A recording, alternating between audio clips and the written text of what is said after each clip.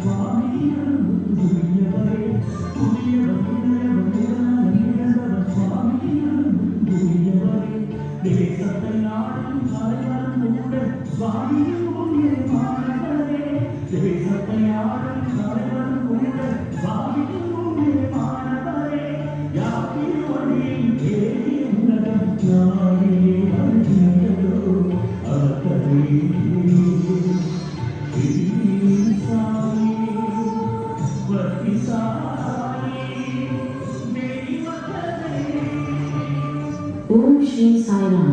சுவாமியின் பொற்பாத கமலங்களுக்கு அனைத்து கோடி நமஸ்காரங்கள்.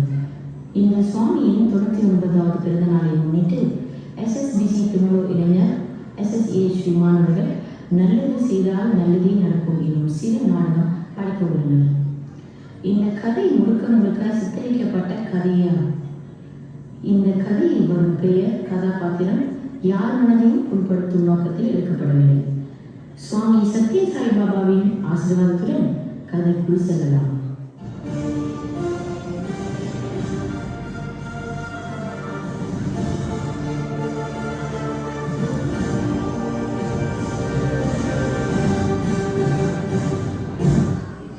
இன்று திருச்சி வழக்கம் போல நம்ம பழுதம்மா பாட்டி வீட்டில் சத்சங்கம்.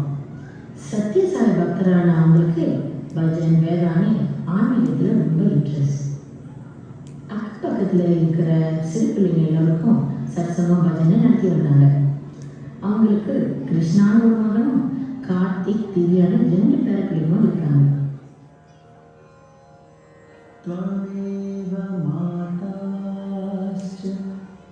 पिता त्वमेव त्वमेव बन्धुश्च सखा त्वमेव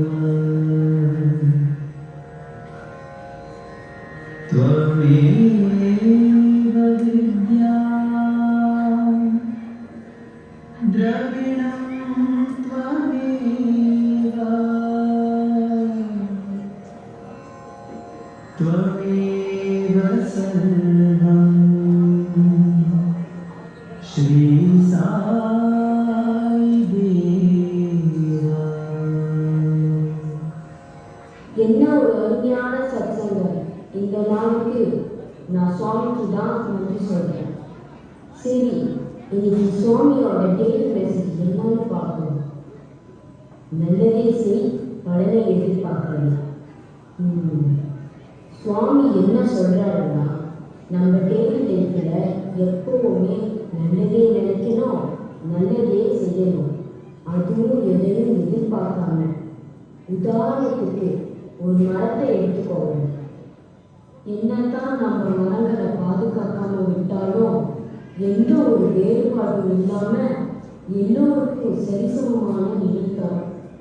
அதே மாதிரிதான் மனிதர்களும் எந்த ஒரு வேறுபாடும் இல்லாம சக மனிதர்களுக்கு எதிர்பார்ப்பின்றி உதவி செய்யணும். சரியா சொன்னீங்க பாட்டி. நம்ம எதை செய்யறதா இருந்தாலும் எதிர்பார்க்காம செய்யறதா உண்மையான உதவி. அப்படி செய்யறவங்களுக்கு தான் நம்ம சுவாமியோட ஆசீர்வாதம் கிடைக்கும். அப்படி கிடைச்சா அந்த சுவாமி கிட்ட இருந்து நமக்கு கிடைக்கிற ஒரு விசிறிக்காய் மாதிரி. பாட்டி விசிறிக்கா? எனக்கு ரொம்ப நாளா அதை கேட்கணும்னு தோணுச்சு. ஒரு விசிறிக்காய் ரொம்ப வருஷமா பூஜையில பார்த்துருக்கேன். ஏன் என்ன காரணமா இந்த விசிறிக்காட்டை போய் பூஜையில வச்சிருக்கீங்க? சொல்றேன். நானும் உங்க மாதிரி வயசுல இருக்கும் போதெல்லாம் சுவாமி கிட்ட டெய்லி ப்ரே பண்ணும்போது எனக்கு உங்க விசிட்டிங் கார்டு ஒன்று வேணும்னு கேட்டேன். பிறகு ரொம்ப வருஷம் கழிச்சு புட்டுப்பட்டிக்கு போற பாக்கியம் கிடைச்சிது. அங்க சுவாமியோட தரிசனமும் கிடைச்சிது. இதுல ஆச்சரியம் என்னன்னா, சுவாமி நேரம் என்கிட்ட வந்து, பகாரு இந்தா வச்சுக்கொண்டு ஒரு காட்டை கொடுத்தாரு. அந்த நாள் இருந்து இப்போ வரைக்கும் இதை பூஜை அறையில வச்சு தினம் ப்ரே பண்ணுறேன். இந்த விசிட்டிங் கார்டு நம்ம பூஜை அறையில் மட்டும் இல்லை, நம்ம எல்லோருக்கும் ஒரு கவசமா இருக்குன்னு அதை நான் ரொம்ப ஃபீல் பண்றேன். சுவாமியோட முதலே ஒரு விசிறி காட்டா பாட்டி. ஓகே அங்கிள், ஓகே பாட்டி, பை, நெக்ஸ்ட் வீக் பார்க்கலாம். தொடர்ந்து நம்ம கிருஷ்ணா அங்கிளோட ஃப்ரெண்ட் ராமா அங்கிள் அவரை ரிசீவ் பண்ணுறதுக்காக அவர் வீட்டுக்கு வராரு. அப்போ என்ன நடந்துச்சுன்னு அவங்க பார்க்கலாம்.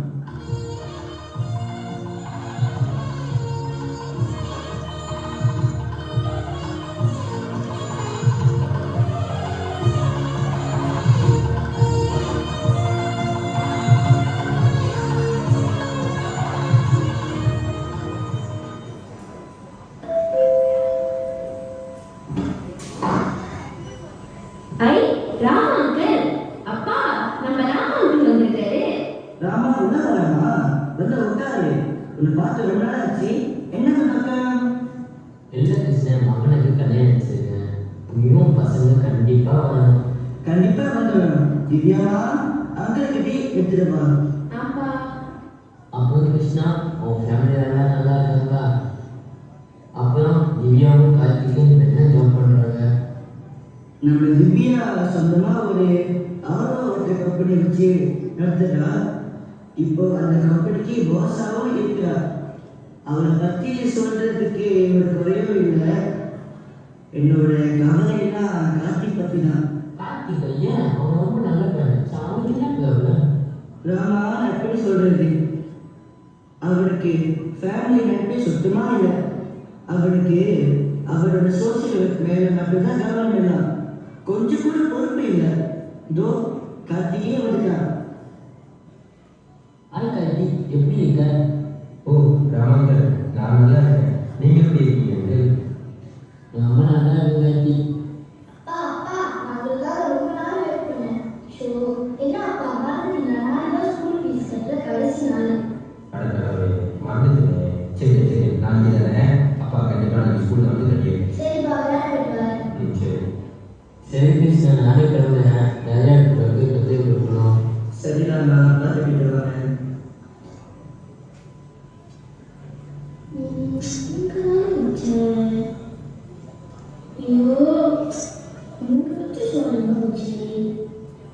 என்னம்மா திவ்யா, என்ன தேர்ல? இல்லப்பா, இங்க வச்சு என்னோட புது ஷோ கார்த்திக், இங்க வச்சு என் புது ஷோல பார்த்தேன். இங்க தான் வச்சேன், இப்ப காணோம். திவ்யா, சாரி.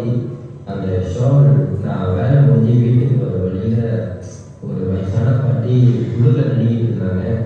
அதான் மனசு கேட்காம அவசரத்தில் ஒன்றையும் கேட்காமலே அந்த ஷாலை எடுத்து கொடுத்துட்டேன்.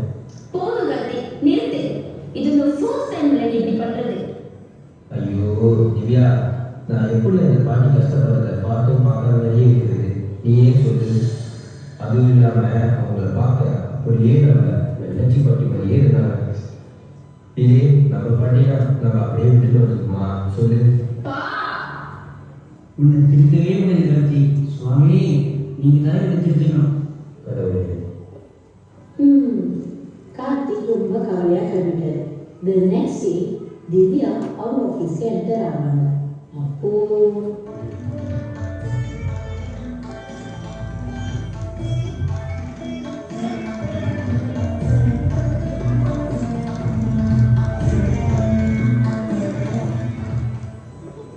Morning madam. மார்னிங். என்ன ஸ்டாஃப் கிட்டேயும் இன்ஃபார்ம் பண்ணுங்க, நான் உடனே எல்லாத்தையும் பார்க்கணும். கைஸ், நம்ம எல்லாத்தையும் மேடம் உடனே பார்க்கணுமா? என்ன சொல்ல போறாங்கன்னு தெரியல, எனக்கு ரொம்ப பயமா இருக்கு.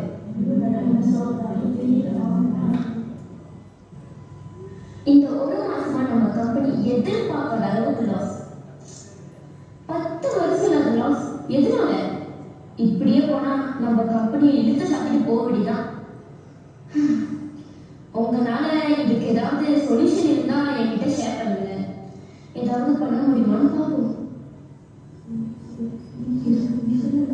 மேடம், நம்ம கம்பெனிக்கு இப்போ நிறைய காம்படிஷன். அது மட்டும் இல்லாம நம்மளை விட இன்னும் குறைந்த விலைக்கு விற்கிறாங்க. சில கம்பெனில நம்ம மாதிரி காப்பி பண்றாங்க. அதனால நம்ம ரெகுலர் கஸ்டமர் எல்லாம் வேற கம்பெனி தேடி போயிடுறாங்க. மேடம், நான் ஸ்டாஃபில் என்ன நினைக்கிறேன்னா, நம்ம ஏன் டேப் வாட்டர் பாதியும் ஆரோ வாட்டர் பாதியும் மிக்ஸ் பண்ணி சேல்ஸ் பண்ணக்கூடாது? யாருனாலும் கண்டுபிடிக்க முடியாது, டேஸ்ட்டும் சேவாக தான் இருக்கும். இப்படி செய்யறதுனால நம்மளுக்கு செலவும் குறையும், வாட்டரும் நம்ம ரொம்ப சேவ் பண்ணலாம். நீங்க என்ன பேசுறீங்க? உங்களுக்குலாம் மனசாட்சியே இல்லையா? மக்கள் உயிரோட விளையாடுறீங்க. இதுக்கு நான் ஒரு நாளும் சம்மதிக்க மாட்டேன். மேடம், நிறைய பேர் இன்னமும் டேப் வாட்டர் தான் குடிக்கிறாங்க. அவங்களுக்குலாம் ஒன்றும் ஆகல, அப்புறம் ஏன் நீங்க பயப்படுறீங்க? இது கண்டிப்பா முடியாது. இதுக்கு நான் ஒத்துக்கவே மாட்டேன். என்னோட பிசினஸ்ல இவங்க உயிரை நான் பணிய வைக்க மாட்டேன். உங்க ஃபேமிலியில யாராவது இதை வாங்கி குடிச்சா அப்பயும் நீங்க இப்படிதான் யோசிப்பீங்களா? கொஞ்சம் பொறுப்பா நடந்துக்கோங்க. போய் வேலை எல்லாம் பாருங்க. வேற ஏதாவது சொல்யூஷன் தான் என்ன வந்து பாருங்க.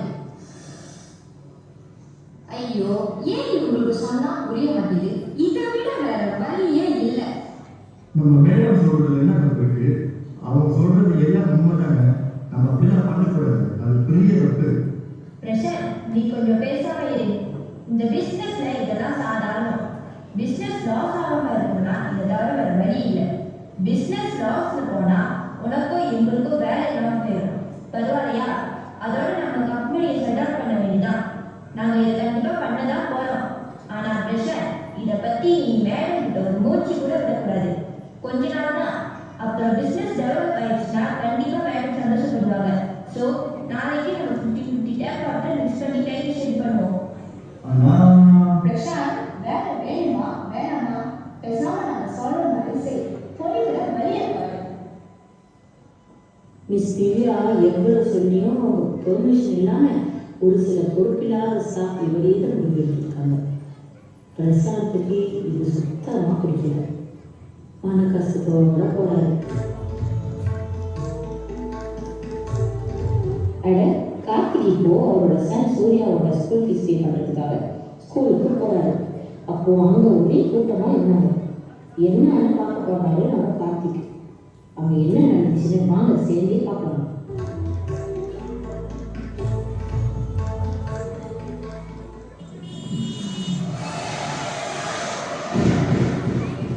ஐயோ அம்மா, அங்கே ஒரே கூட்டமா இருக்கு. ஐயோ கடவுளே, ஒரே ரத்தம் ஊத்துதே. ஏன் எல்லாரும் ஓரமா வேடிக்கை கொண்டு பாக்குறீங்க? யாரும் செக் பண்ணாங்களா? எங்களுக்கு ஏன் அது தேவையில்லாத வேலை? இந்த பையன் யாருன்னு கூட தெரியாது, எப்படி ஹெல்ப் பண்ணுவோம்? ஐயோ ரத்தம் வேற ரொம்ப போகுது. ப்ளீஸ் தூக்குங்க, நம்ம நேரம் ஹாஸ்பிட்டல் கூட்டிகிட்டே சேர்ப்போம்.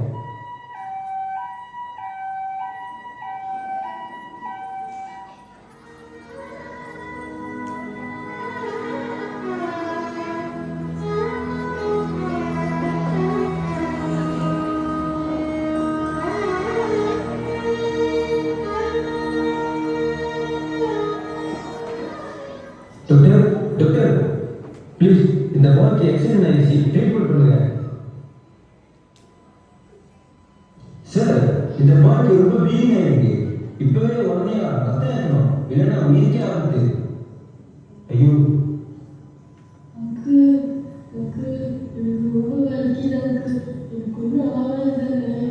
ஐயோ, நீ எதுவும் கவலைப்படாத தம்பி, எல்லாம் நல்லதாவே நடக்கும். கொஞ்ச நேரம் பொறுத்துக்கோ, உனக்காக நான் இங்கேயே இருக்கேன்.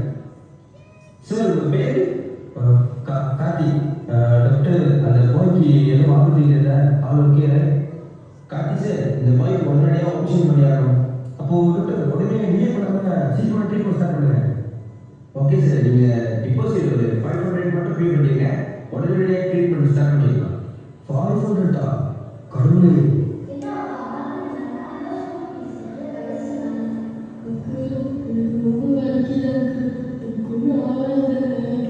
இப்போ நான் என்ன பண்றது? ஒரு பொறுப்பான அப்பாவை இருக்கணுமா, இல்லை யாரும் இல்லாத இந்த பையனுக்கு ஹெல்ப் பண்ணணுமா? கடவுளே, ஒரு பக்கம் என் பையன் படிப்பு, இன்னொரு பக்கம் யாரும் இல்லாத உயிருக்கு போராட இந்த பையன். கார்த்திக், இந்த பையனுக்கு நீ யாரும் இல்லை, ஆனால் அவனுக்கு இப்போ எல்லாமே நீதான். உன் பையனோட ஃபீஸ் இன்னைக்கு இல்லைனாலும் நாளைக்கு கூட கட்டிடுவாங்க. ஆனால் அந்த பையனோட உயிர் இன்னைக்கு போனால் நாளைக்கு வருமா? யோசி கார்த்திக், யோசி, நல்லா யோசி. சரி டாக்டர், டாக்டர் என்னங்க நீங்கள் கேட்குற காசு உடனடியாக ட்ரீட்மெண்ட் ஸ்டார்ட் பண்ணுங்க. Okay Karthik sir.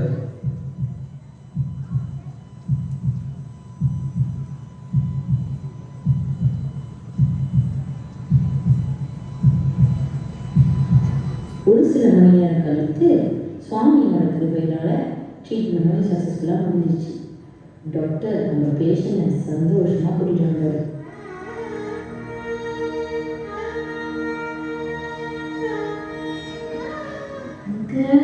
ரொம்ப நன்றி அங்கிள், என்ன சரியான நேரத்தில் கூட்டிட்டு வந்து சேர்த்துருக்கு.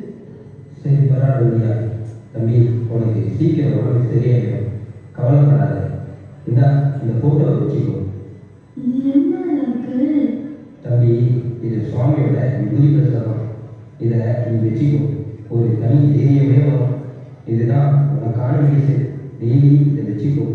ஆழ்வில் ஆளுங்க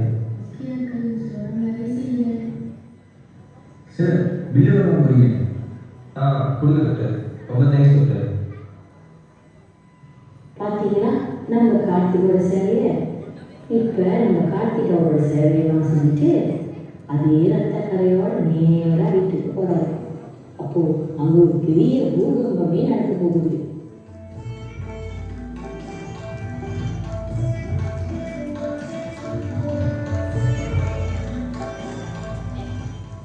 கார்த்தி, என்னாச்சுப்பா? ஏன் சட்டையில ரத்தம் இருக்கு? இப்போ நான் சூர்யாவோட ஸ்கூல் ஃபீஸ் கட்ட போனேன். அங்கே ஒரு பாய்க்கு ஆக்சிடென்ட் ஆயிடுச்சு, உயிருக்கு போராடிட்டு இருக்கான். அவன் உடம்பு ஃபுல்லாக ஒரே ரத்தம்.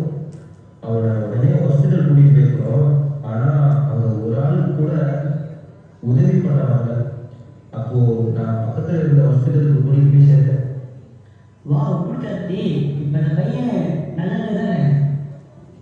ஏசப்பா, சுவாமியோட பேசினால அவன் உயிருக்கு எந்த ஆபத்தும் இல்லை. சரி கார்த்தி, அதெல்லாம் இருக்கட்டும். இப்போ நம்ம சூர்யாவோட ஸ்கூல் ஃபீஸை கட்டிடலாமே? இல்லை திவ்யா, நான் ஹாஸ்பிட்டல் கூட்டிகிட்டு போனப்ப டாக்டர்லாம் சொன்னாங்க உடனடியாக ஆப்ரேஷன் செய்யணும்னு. கொஞ்சம் டைம் ஆனாலும் உயிருக்கே ஆபத்தாகணும்னு சொன்னாங்க. அது மட்டும் இல்லாமல் ஹாஸ்பிட்டலில் உடனே ட்ரீட்மெண்ட் ஸ்டார்ட் பண்ணணும்னா 500 டிபாசிட் கட்டணுமா? அதான். அப்புறம் நீங்க உடனே கருணா மாதிரி டெமோ பண்ணிருப்பீங்க, அதானே? ஐயோ திவ்யா, அந்த பாய் ரொம்ப எமர்ஜென்சினால தான் வேறு வழியே இல்லாமல் நான் அப்படி பண்ணேன். கார்த்தி, அப்படி என்ன எமர்ஜென்சி? அவன் யாருன்னு கூட உனக்கு தெரியாது. இப்போ உன் பையன் சூர்யாவோட நிலைமை, இதெல்லாம் அவன் படிப்பு போச்சு, அது தெரியல உனக்கு? ஐயோ திவ்யா, இன்னைக்கு இல்லைனா கூட நாளைக்கு கூட சூர்யாவோட ஃபீஸை கட்டிடலாம். ஆனால் அந்த பையனோட உயிர் இன்னைக்கு போனால் நாளைக்கு வருமா சொல்லு? போதும், இதெல்லாம் ஃபர்ஸ்ட் டைம் இல்லை கார்த்தி. குடும்பத்தில் உள்ளவங்களுக்கு தேவைப்படும் போது உனக்கு ஒண்ணுமே செய்ய முடியாது. எப்பவுமே அடுத்தவங்க பற்றி யோசிச்சுட்டு இருப்பான். அப்படியெல்லாம் இல்லை திவ்யா, புரிஞ்சுக்கோ. நீ இருந்த ஒரு டிராமாவை ஃபேமிலி ஃபர்ஸ்ட், மற்றவங்களாம் அதுக்கப்புறம் தான். நான் எதிர்க்க எதிர்பார்க்கவே இல்லை நீ இப்படி ஒரு ஆளா இருப்பேன். ஐயா உனக்கு கொஞ்சம் கூட உனக்கு கஷ்டப்பட்டு வளர்த்து நம்ம அப்பா பத்தி கூட உனக்கு கவலை இல்லை. எப்பவுமே அடுத்தவங்களை பத்தி யோசிச்சுட்டு இருப்பேன். என்னால உனக்கு புரிஞ்சுக்கவே முடியல. வாங்கப்பா போலாம்.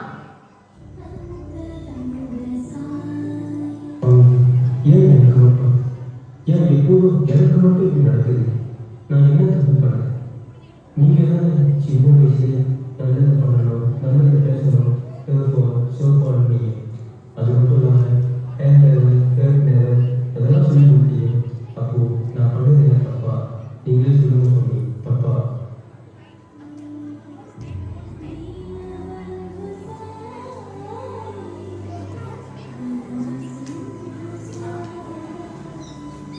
நம்ம கார்த்திக் எவ்வளோதான் நல்லது செஞ்சாலும் அவனுக்கு பின்தொடர்ந்து ப்ராப்ளம்ஸ் ஆகியே வந்துருச்சு. இப்போ நம்ம பழுதம்மா பாட்டி வேற புது பிரச்சனையோட வரப்போறாங்க. சரி, அவனுக்கு என்ன பிரச்சனை வாங்க பார்க்கலாம். கிருஷ்ணா, அப்போ கிருஷ்ணா, கார்த்தி, என்ன என்னாச்சு? நீங்க யாராச்சும் பூஜை அறையில சுவாமியோட விசிட்டிங் கார்டை பார்த்தீங்களா? விசிட்டிங் கேட்டா? ஏன் பாட்டி விசிட்டிங் கேட்டா இல்லையா? நல்லா பாருங்க பாட்டி, கண்டிப்பாக அங்கே தான் இருக்கணும். எல்லா இடத்துலையும் தேடிட்டேன், எங்கேயுமே இல்லை. ஐயோ, சுவாமி கொடுத்த விசிறிக்காக நம்ம குடும்பத்தையே அவசரமாக இருந்துங்க. இது என்னமோ என்ன சடங்காக இருக்கு. அதனாலே என்னவோ நம்ம ஃபேமிலியில ஒரே ப்ராப்ளமா இருக்கு. சுவாமி நம்மளை தண்டிச்சிட்டாரு. அதான் இப்படி எல்லாம் நடக்குது. பாட்டி ப்ளீஸ் அப்படிலாம் சொல்லாதீங்க. அப்படி எதுவும் இருக்காது. நம்ம சுவாமி யாருக்குமே கெட்டது பண்ண மாட்டாரு. கேட்டது தான் கண்டிப்பாக பண்ணுவார். அவர் எது பண்ணாலும் கண்டிப்பாக ஒரு காரணம் இருக்கும். சுவாமி நீங்கள் ஒண்டி தான் எங்களோட ஸ்ட்ரென்த். எனக்கு நம்பிக்கை இருக்கு, நீங்கள் கண்டிப்பாக எங்களுக்கு ஹெல்ப் பண்ணுவீங்க.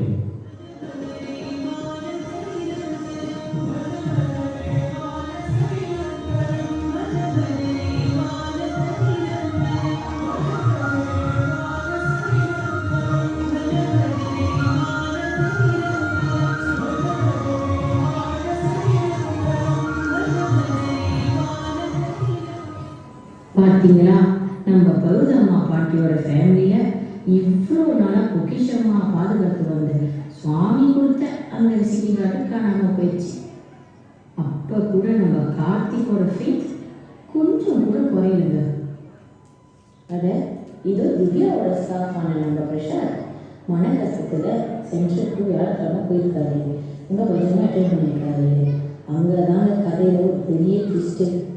என்ன நடந்துச்சுன்னு வாங்க சேர்ந்தே பார்க்கலாம்.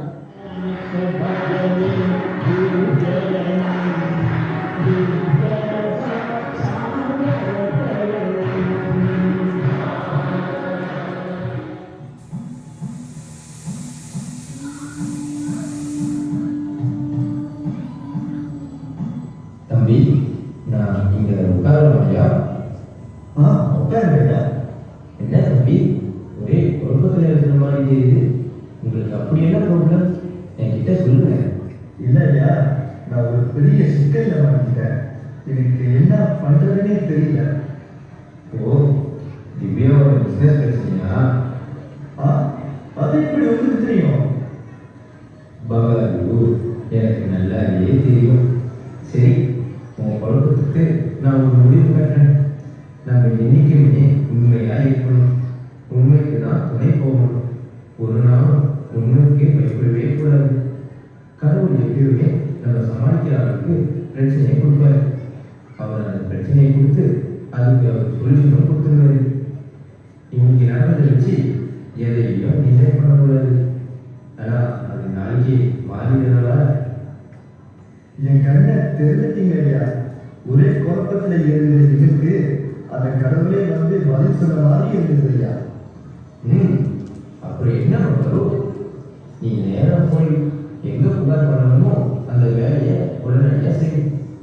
சத்தியமே சத்தியவாக்கு. அப்புறம் பகவான் இந்த லைனில் எப்படியாவது இவர்கிட்ட கொடுத்தது. அப்போதான் நீ கேட்ட கேள்விக்கெல்லாம் விடை கிடைக்கும். கண்டிப்பா ஐயா, இப்பவே கொடுக்குறேன்.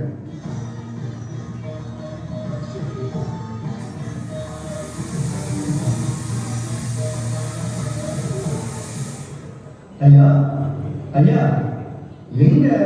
அதுக்குள்ள எங்க போயிட்டாரு? ரொம்ப சந்தோஷமா இருந்த நம்ம பிரசாத் ஒரு தெளிவான முடிவை எடுத்துட்டாரு. அந்த ஐயா சொன்ன மாதிரி மேலிடத்துலேயும் போலீஸ் ஸ்டேஷனுக்கு போய் புகார் பண்ணிட்டாரு. பெரிய பிரச்சனைகள் இருந்த திவ்யாவை சேவ் பண்ணிட்டாரு. பிறகு பிரசாத் திவ்யா கிட்ட அந்த என்வலப்பை பாஸ் பண்ணுறதுக்காக வீட்டுக்கு போகிறாங்க. அப்போ அவங்க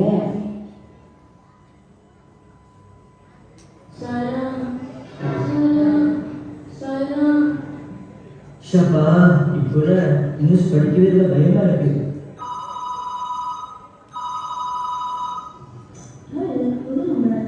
ஹலோ, எஸ் இவங்க பேச சொல்லுங்க. ரைட் உண்மைதான். அப்படியா?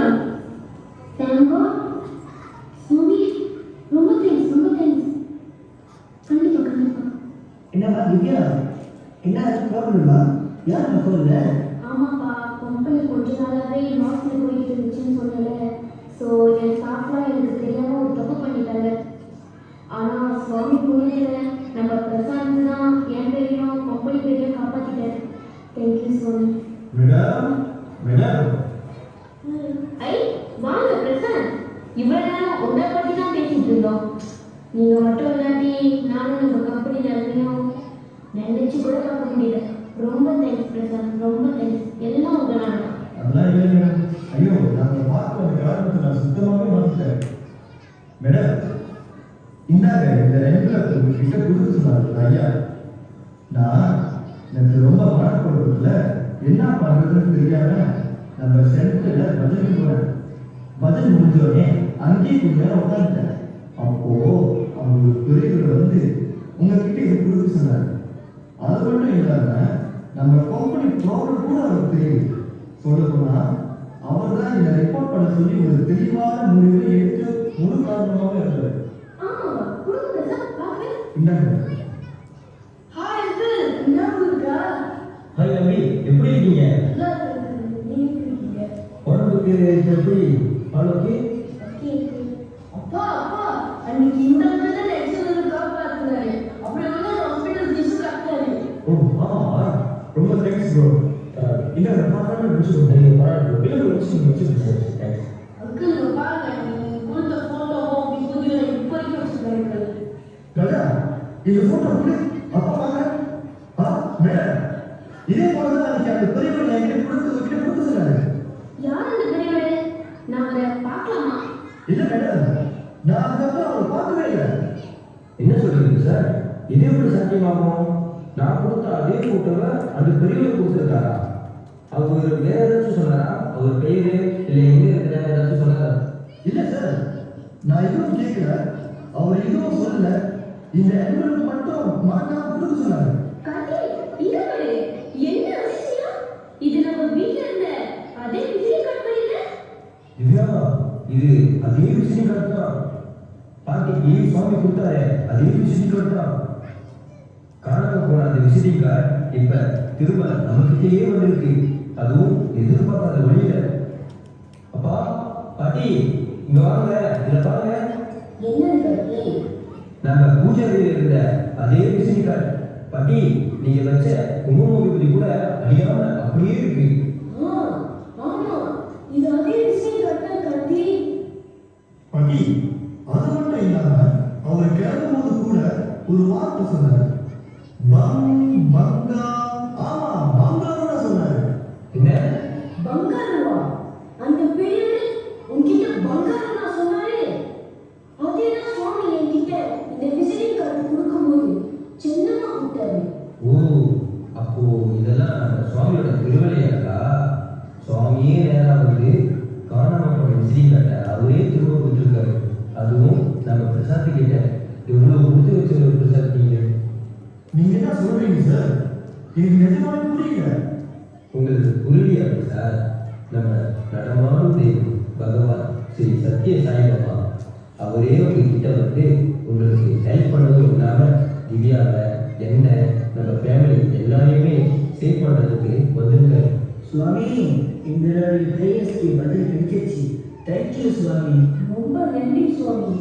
இது உண்மையாலே ஒரு கவசம் தான் எங்க ஃபேமிலிக்கு. நீங்க கொடுத்த இந்த விசிட்டிங் கார்டு எவ்வளோ முக்கியமோ நல்லா உயர வச்சுட்டீங்க. சுவாமி, நீங்கள் தான் எல்லாமே. சத்தியம், தர்மம், சாந்தி, பிரேமை, அகிம்சை எல்லாம். உங்கள் டிவோட்டியான நாங்கள் ஜஸ்ட் ஒரு இன்ஸ்ட்ருமெண்ட் தான். பட் நீங்கள் தான் எங்களை வழி நடத்துறீங்க. அவர் தான் திவ்யா. உன்னை என்ன ஏன் நம்ம ஃபேமிலியில் உள்ள எல்லாத்தையும் கண் எண்ணிக்காதது போல கூடவே இருந்து பாதுகாக்கிறது. ஆமாம் கார்த்தி, உண்மைதான்.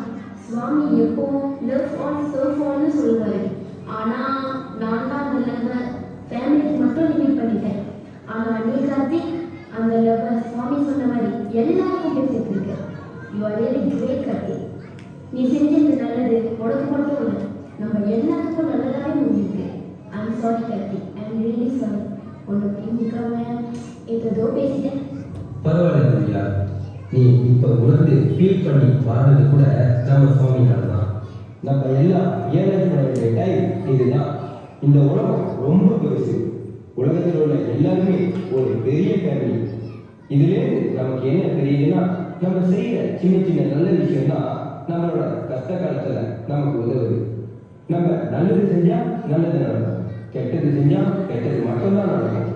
அதனால் நம்ம இப்பொழுது நம்ம சுவாமியோட மெசேஜை இந்த உலகத்துக்கு கொண்டு போய் சேர்ப்போம். நம்ம மட்டும் இல்லாமல் எல்லாரையும் நல்லது செய்ய இன்ஸ்பயர் பண்ணுவோம். அது மட்டும் இல்லாமல் நம்ம முழு நம்பிக்கையோட நம்ம சுவாமிகிட்ட எதை கேட்கணுமோ அதை கண்டிப்பாக கொடுப்பாரு. இதுதான் நம்ம சுவாமிக்கு கொடுக்குற இந்த 99வது பெரிய பர்த்டே.